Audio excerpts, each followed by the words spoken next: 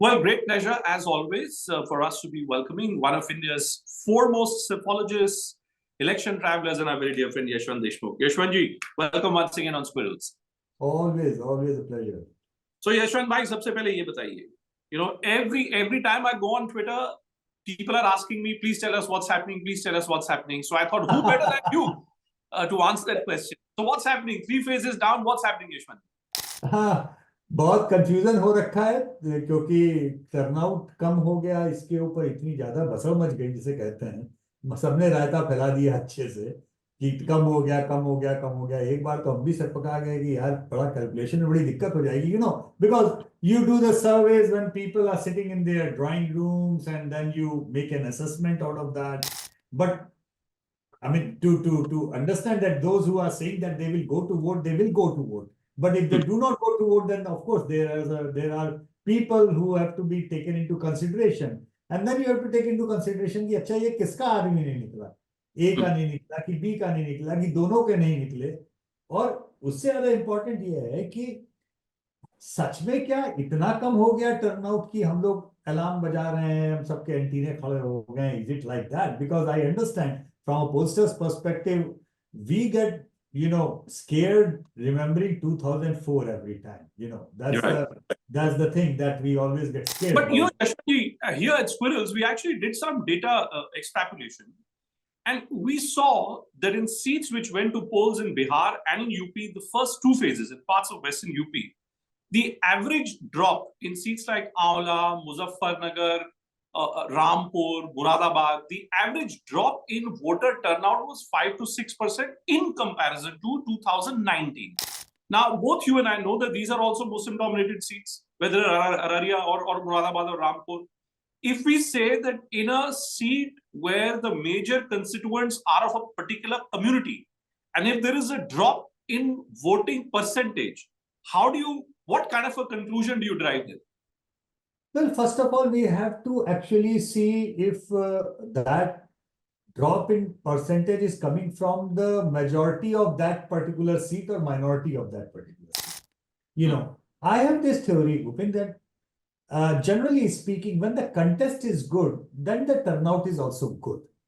When any contest becomes lopsided, then the turnout, we can explain the turnout of a drop in turnout by 2 things. One, the complacency factor among those who think they are gonna win in any case, and also disheartening factor among those who think that they are gonna lose in any case. So the lopsided contests, are the ones where you tend to see lower turnout. Now, before coming to UP, I will just try to expand this thing because ever since the turnout dropped, the debate has been on the BJP India Alliance kind of proposition that everybody is watching the turnout from that lens. While it is beyond north-south, it is beyond Modi Rahul. See, the turnout dropped by 7% in Kerala. BJP is 0 in Kerala. Right. If you look at it that way. But as far as Kerala that we understand, Kerala for the last 2 Lok Sabha election has been one-sided. For all practical matter.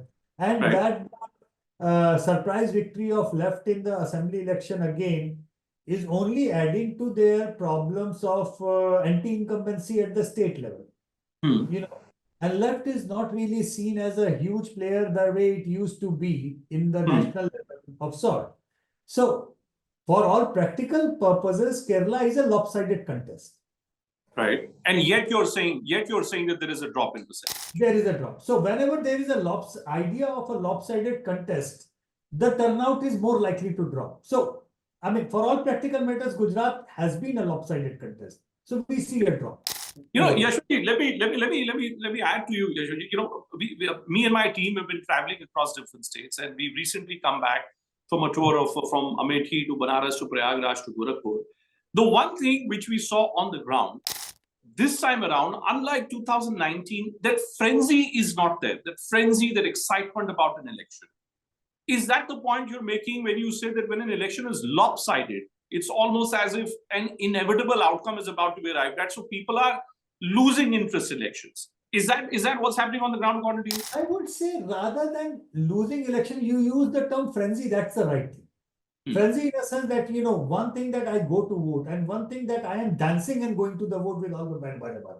So that frenziness around the voting, that fervor around the voting, that is largely absent because, first of all, 2014 was an anti-incumbency frenziness.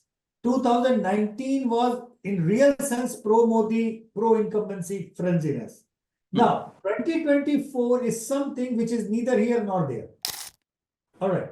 Now, when that happens, you go into the local equations, local factors and everything.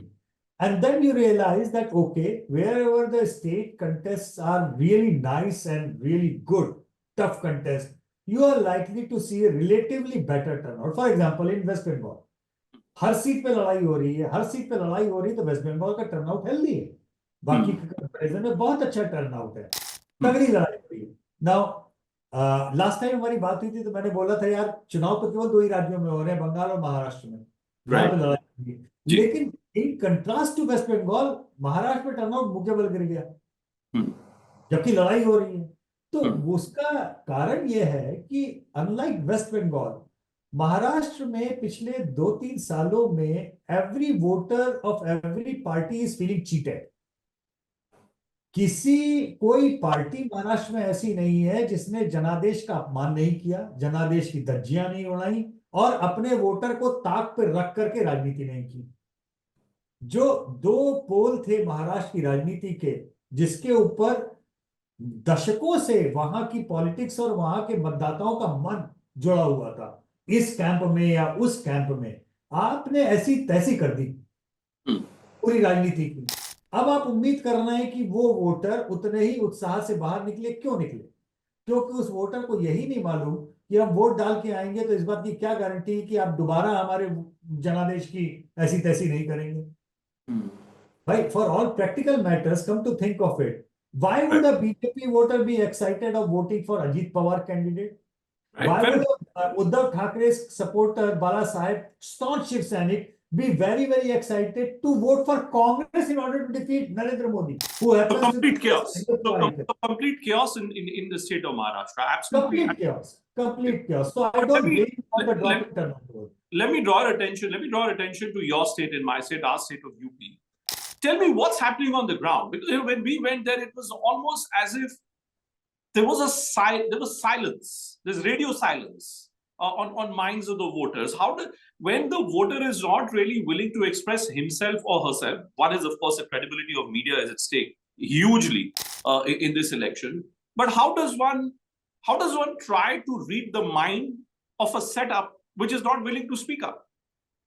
Well, that's a very difficult thing to do. The reason being that, number one, a chunk of them actually do not speak up. Like, whenever, and particularly in the areas where you have a tendency of communal violence flaring up. Right. People go silent, radio silence. I mean, by the way, the biggest radio silence in terms of response in the last 6 months we have observed in West Bengal. Almost 20% non-response. That's a huge headache for any pollster. Unlike UP में actually क्या है, एक मैं ये नहीं कहूंगा कि silent है, अनमना है. अनमना से इन अ सेंस है, it's not that SP voter is swinging to BJP voter is swinging to SP. That's unlikely to happen. What will happen is that there would be a variation in relative turnout between the two camps. जहां पे भी उनको लगेगा opposition को कि हमारा candidate अच्छा है और हम जीतने की स्थिति में, उन लोकसभा सीटों पे आप पाएंगे कि अपोजिशन का रिलेटिव टर्नआउट अच्छा है and the overall turnout will be not that bad. But जहां पर भी अपोजिशन के वोट लगेगा कि यार ये सीटें तो ऐसी है जहां पे लंबे से ये जीत रहे हैं, फॉर दैट मैटर बीजेपी के वोटर्स को भी कुछ सीटों पे ऐसा लगेगा कि यार ये सीट तो इनका गढ़ है.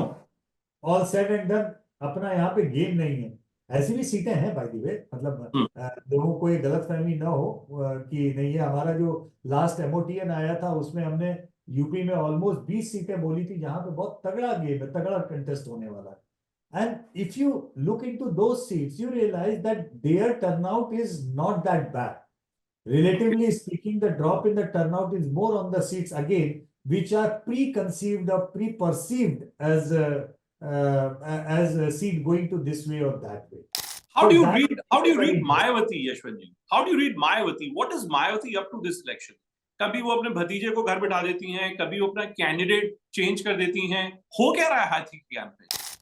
I think she is just trying to survive this election. When I say survive, see, in the last biggest Mahagadbandhan experiment of Uttar Pradesh in 2019, she was the biggest beneficiary. We all know that.